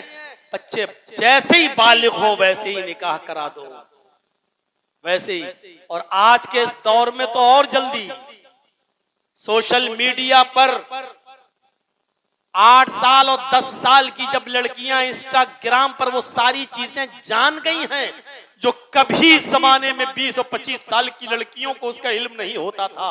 आज 8 साल और 10 साल की लड़कियों को उन चीजों का इल्म जब होने लगे तो मेरे भाइयों गौर करो, फिर आप ऐसे दौर में 25 और 30 साल तक अपनी बेटियों को बिठाएं और उनका निकाह न कराएं, ये आप खुद दावत दे रहे हैं फितने की तरफ। खुद आप फितने की तरफ ढकेल रहे हैं अपने बेटे और बेटियों को। मैं जानता हूं कि मेरी तकरीरों की कटिंग करके ये गोदी मीडिया के वो चैनल वाले जो किसी की डाली हुई हड्डियों पर कुत्तों की तरह पलते हैं वो कटिंग कर करके देंगे और काट काट के पेश करेंगे, जैसे बहन वाली क्लिप काट काट के पेश कर रहे हैं कि देख मौलवी जर्जीस कितना बेवकूफ मौलवी है, पागल, जो कहता बहन और बेटी के साथ निकाह न करने वाला बेवकूफ वो पागल है। किस तरीके से काट काट के पेश कर रहे हैं, जबकि उसकी खोपड़ी में इतनी अकल नहीं है कि वो ये सोच ले कि क्या दुनिया में कोई पागल से पागल मौलवी भी ये कहेगा कि बहन और बेटी के साथ निकाह करना जायज है। अरे हमने तो फिरक़े करामता और फिरक़े बातनिया के लीडर का एक कौल नकल किया था। उसने कहा है अगर हर काम को अकल पर चलाना शुरू कर दो तो बहन और बेटी के साथ भी इंसान निकाह करना शुरू कर देगा। इसलिए इस्लाम के अंदर अकल से काम लेना जरूरी है, लेकिन अकल को हर जगह पर फिट बिठाना यह जरूरी नहीं है, क्योंकि अकल का एक दायरा होता है। अकल का एक दायरा है, उससे ज्यादा बोझ उसके ऊपर डालोगे तो वो बर्दाश्त नहीं कर सकती। मसलन सोना जानते हो ना, गोल्ड तौलने की एक तराजू आती है, कांटा आता है, उस पर 50 ग्राम 100 ग्राम आप सोना रखेंगे वो वजन बता देगा कितनी 50 ग्राम 10 ग्राम 20 ग्राम सोने का वजन उस पे हो जाएगा।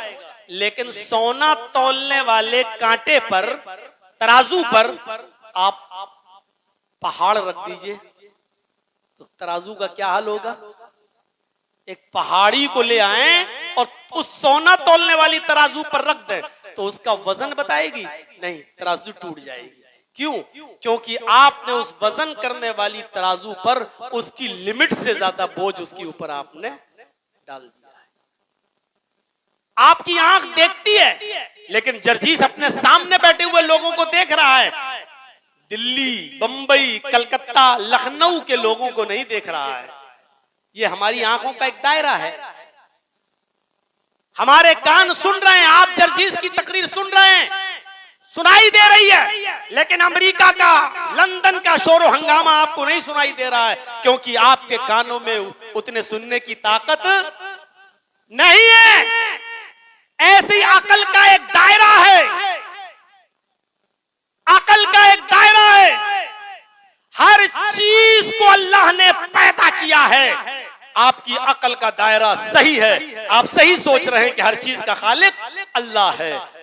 अब आप ये सोचो कि अल्लाह को किसने पैदा किया है, ये आपकी अकल का दायरा नहीं है। अब आप अपनी अकल से वो सवाल कर रहे हैं, आपकी अकल उसके लिए बनाई नहीं गई है। यानी सोने की तराजू पर पहाड़ को लाकर तौल रहे हैं, वो तराजू पहाड़ तौलने के लिए है ही नहीं। आप अपनी अकल से वो सवाल कर रहे हैं कि अल्लाह को किसने पैदा किया, जिसके लिए आपकी अकल बनाई ही नहीं गई है। इसलिए शरीयत के अंदर बहुत से अहकाम ऐसे हैं जिस पर हमें आमन्ना और सद्दकना कहना है, अपनी अकल को नहीं दौड़ाना। मसलन मोजे के ऊपर मसा करना, आप मसा करते हैं सर्दियों के दिनों में तो आप पानी से हाथ ऐसे करेंगे आप, जबकि चलते फिरते मिट्टी नीचे लगेगी, गंदगी नीचे लगेगी, नापाकी नीचे लगेगी, लेकिन मसा आप कहां करते हैं? ऐसे। ये आपका मसा हो गया ऊपर। जबकि अकल क्या कहती है? नीचे होना चाहिए, क्योंकि गंदगी नीचे लगती है, नापाकी नीचे लगती है, लेकिन नीचे करने का हुक्म नहीं है, ऊपर। क्यों? हमें नहीं मालूम, अल्लाह के नबी सल्लल्लाहु अलैहि वसल्लम ने हमें बता दिया, हमें मानना है। लड़का लड़की दोनों माँ के पेट से पैदा होते हैं। पैदा होने के बाद लड़का अगर पैदा हुआ है और दूध पीता अपनी माँ का, तो उसके पेशाब पर सिर्फ छींटा मारा जाएगा। लेकिन लड़की चाहे कितनी छोटी हो, चाहे वो दूध ही क्यों ना पीती हो अपनी माँ का, अगर वो पेशाब कर देगी तो लड़की का पेशाब धोया जाएगा। लड़की और लड़के के पेशाब में ये फर्क क्यों, हमें नहीं मालूम। हमारी अकल इस लायक नहीं है जो ये समझ सके। हमारे नबी ने कह दिया, हमें मानना है। मेरे भाइयों, इसी तरीके से हर चीज का खालिक अल्लाह है, हमने मान लिया। लेकिन अल्लाह को किसने पैदा किया, ये सवाल जब आए तो फौरन कहो औज़ु बिल्लाहि मिनश शैतानिर रजीम, क्योंकि आप अपनी अकल से वो सवाल कर रहे हैं जिसके लिए आपकी अकल को बनाया ही नहीं गया है। आप अपनी अकल से उसकी लिमिट से ज्यादा काम ले रहे हैं, इसके लिए हमारी और आपकी अकल बनाई ही नहीं गई है। इसलिए इतना याद रखिए, अकल का भी एक दायरा होता है, अकल का भी एक दायरा। तो अल्लाह के नबी जनाब मोहम्मद रसूलुल्लाह सल्लल्लाहु अलैहि वसल्लम सिफारिश कराएंगे। ये अल्लाह की मर्जी के ऊपर मौकूफ है कि जितने लोगों को करेगा बख्शेगा, बख्श देगा। लेकिन अल्लाह के नबी को सिफारिश का और शिफात का हक दिया जाएगा। बहुत सी चीजें जो जनाब मोहम्मद रसूलुल्लाह को खैर कसीर में दी गई हैं, उनमें से एक चीज इताअत इत्तिबा भी है। कितनी बड़ी खैर कस, कितनी बड़ी खैर है ये। हमें हर हाल में रसूल की इताअत करना है, और रसूल की इताअत करेंगे तो क्या मिलेगा? कुल्लु उम्मती यदखुलूनल जन्नह इल्ला मन अबा, मेरी उम्मत का हर शख्स जन्नत के अंदर जाएगा। हर उम्मती मेरा, हर शख्स जन्नत में जाएगा, इल्ला मन अबा, लेकिन वो नहीं जिसने मेरा इनकार किया। कालू मन या अबा या रसूल अल्लाह, सहाबा ने सवाल किया, अल्लाह के नबी इनकार करने वाला कौन है? ऐसा कौन शख्स होगा जो आपका इनकार करे, आपको मानता भी और आपका इनकार भी करे? फरमाया मन अतानी दखलल जन्नह, जो मेरी इताअत करेगा वो जन्नत के अंदर दाखिल होगा। जो मेरी इताअत करेगा वो जन्नत के अंदर दाखिल होगा। वमन असानी फकत अबा, और जिसने मेरी नाफरमानी की उसने इनकार किया। मन अतानी, रसूल की इताअत बाइसे दुखूल जन्ना है, यानी जन्नत में दाखिल करने का बाइस बनेगी, और रसूल की नाफरमानी हमें जहन्नम में ले जाएगी। आए नबी, हमने आपको बहुत से खैर से नवाजा है, आपकी इताअत को आपकी उम्मत पर फर्ज करार दे दिया है। जब तक उनको जन्नत ही नहीं मिलेगी, तब तक उनको जन्नत नहीं मिलेगी, जब तक वो आपकी इताअत न कर लें, आपकी फर्मा बरदारी न करें। तो मोहम्मदुर रसूलुल्लाह की इताअत करना और फर्मा बरदारी करना हर मुसलमान के लिए जरूरी है।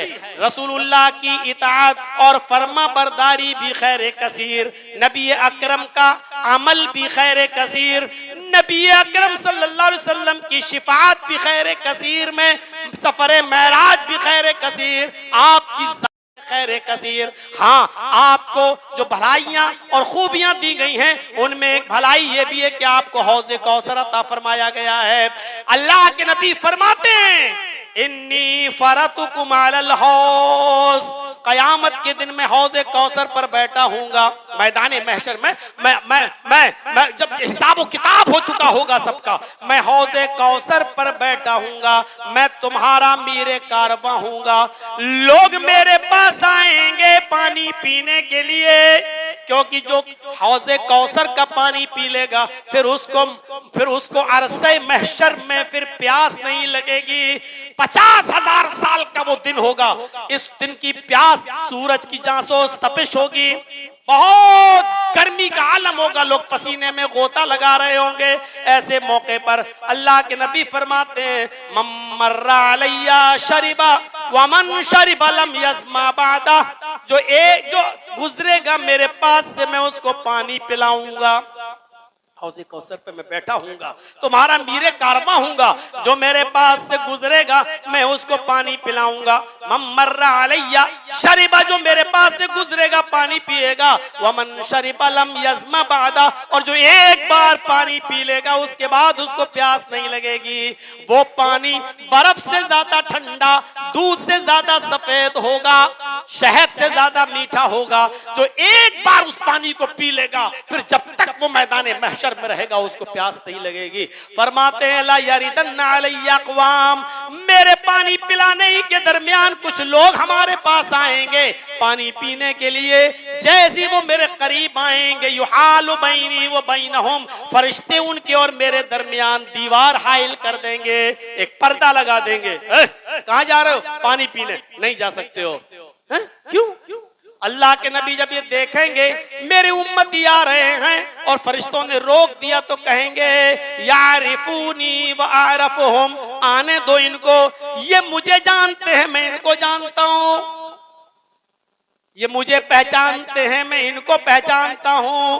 तब फरिश्ते कहेंगे ऐ अल्लाह के नबी इन्नका ला तदरी मा अहदसू बअदक, आप इनको सही से नहीं पहचान रहे हैं। आपके दुनिया से रुखसत हो जाने के बाद, आपके इंतकाल के बाद इन लोगों ने आपके दीन के अंदर नई नई चीजें इजाद कर ली थी, नई नई बिदअतें इजाद कर ली थी, आपकी तरफ मंसूब कर दिया था। कैसे जायज के फतवे देने की कोशिशें की जाती हैं। देख लीजिए 12 तारीख आने दीजिए रबीउल अव्वल की, और अभी गुजरी है। और आपको मालूम होगा पाकिस्तान के अंदर क्या हुआ, 20 किलो का एक केक काटा गया, 20 किलो का 12 रबीउल अव्वल को 20 किलो का एक केक, और उस केक पे लिखा था मुहम्मदुर रसूलुल्लाह, पूरे केक पर मुहम्मदुर रसूलुल्लाह। और उस केक को काटते हुए कहा गया था हैप्पी बर्थडे या रसूल अल्लाह। ये कहकर उस पर छुरी चलाई गई थी और खिलाया गया था एक दूसरे को। जश्न मनाया गया 12 रबीउल अव्वल को 20 किलो का केक काटकर, और उस पर लिखा था मुहम्मदुर रसूलुल्लाह। लफ्ज़े मोहम्मद पर छुरी चलाते हुए ए बेगैरतों, तुम्हारे ज़मीर क्यों नहीं पिघले? तुमने लफ्ज़े मोहम्मद पर छुरी चलाना कैसे गवारा कर लिया? कल तक जब हजरत अली से कहा जा रहा था और खुद अल्लाह के नबी कह रहे थे लफ्ज़े मोहम्मद रसूलुल्लाह जो लिखा है, और ये सुहैल नामी कुरैश का सरदार ये कह रहा है हम आपको रसूलुल्लाह मानते ही नहीं है, आप रसूलुल्लाह काटिए, उसके बाद हम आपसे सुलह करेंगे। जब हजरत अली ने कलम हाथ में लिया, अल्लाह के नबी ने फरमाया कि इसको काट दो, तो हजरत अली रज़ियल्लाहु ताला अन्हु ने जो जवाब दिया था वो जवाब ये था, ऐ अल्लाह के रसूल, अल्लाह ने आपको रसूलुल्लाह बनाकर भेजा है, मेरे हाथों में इतनी जुर्रत नहीं है, मेरे हाथों में इतनी ताकत नहीं है कि मैं उस रसूलुल्लाह के लफ्ज को काट दूं जिसको अल्लाह ने रसूल बनाकर भेजा है। अल्लाह के नबी ये काम मैं नहीं कर सकता, मुझसे ये काम मत करवाइए और मुझे काटने का हुक्म मत दीजिए, मेरे हाथों में इतनी ताकत नहीं।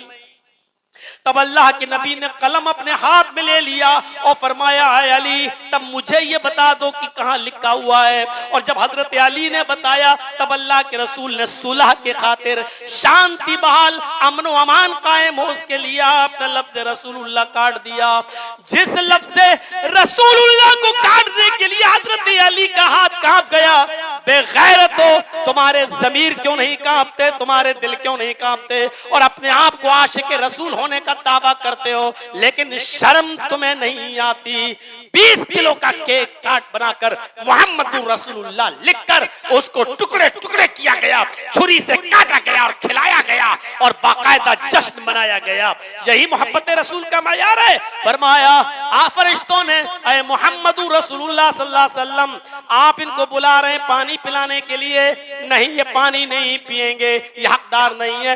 इन्नका ला तदरी मा अहदसू बअदक, आपके इंतकाल के बाद इन्होंने आपके दीन को बदल दिया था, नई नई चीजें दीन के अंदर इजाद कर दी थी। अल्लाह के नबी जब ये सुनेंगे तो कहेंगे तब ठीक है, सोहकन सोहकन लिमन गय्यर दीनी, मेरी आंखों के सामने से भी इनको दूर कर दो जिन्होंने मेरे दीन को बदल दिया था, हटा दो मेरी आंखों के सामने, हटा दो हौज़े कौसर से, नहीं पिलाओ इनको पानी, ना आने दो इनको, ये हमारे दीन को बदलने वाले लोग हैं, हटा दो।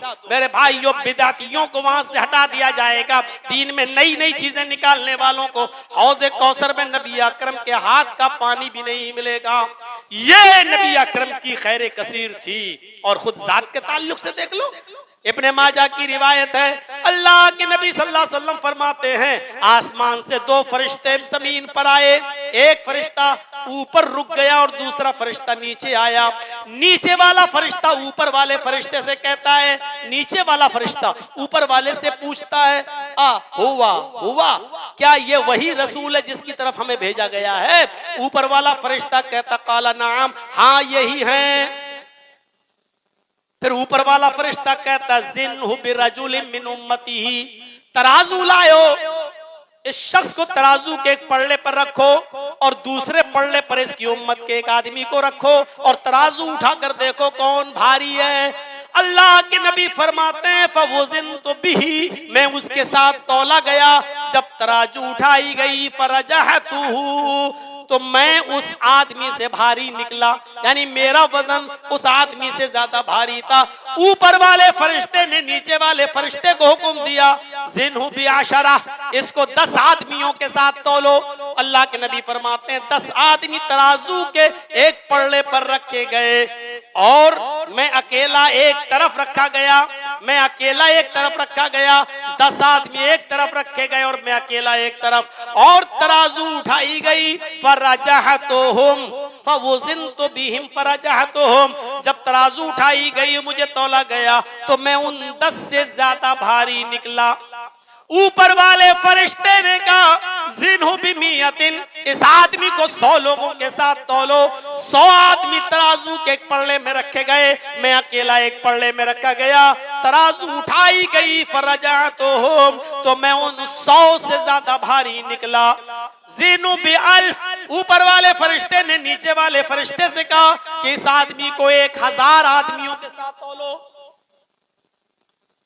इस आदमी को 1000 लोगों के साथ तौलो, इसकी उम्मत के 1000 लोगों को तराजू के पल्ले पर रखा गया और एक तरफ मुझे रखा गया। फिर तराजू उठाई तो अब नक्शा क्या बयान किया अल्लाह के नबी ने, जैसी तराजू उठाई तो वो 1000 लोग इतने हल्के थे, तराजू के हल्के होने की वजह से, मेरी वजन की वजह से इतने हल्के थे, कअन्नी अंजुरु इलैहिम यंतशिरून अलैया मिन खिफ़्फ़तिल मीज़ान, तराजू इतनी हल्की हुई कि वो एक दूसरे के ऊपर गिरने लगा।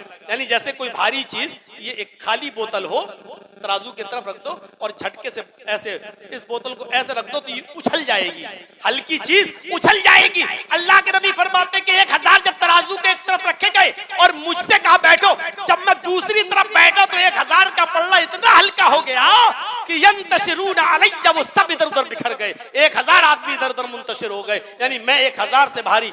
ऊपर वाले फरिश्ते ने कहा छोड़ दो, अब नहीं, पूरी उम्मत एक तरफ रख दोगे, पूरी उम्मत तराजू के एक पल्ले पे रख दोगे और मोहम्मद रसूलुल्लाह को दूसरे पल्ले में रख के तराजू उठाओगे तो ये शख्स पूरी उम्मत पर भारी बैठेगा, सारी उम्मत पर भारी बैठेगा।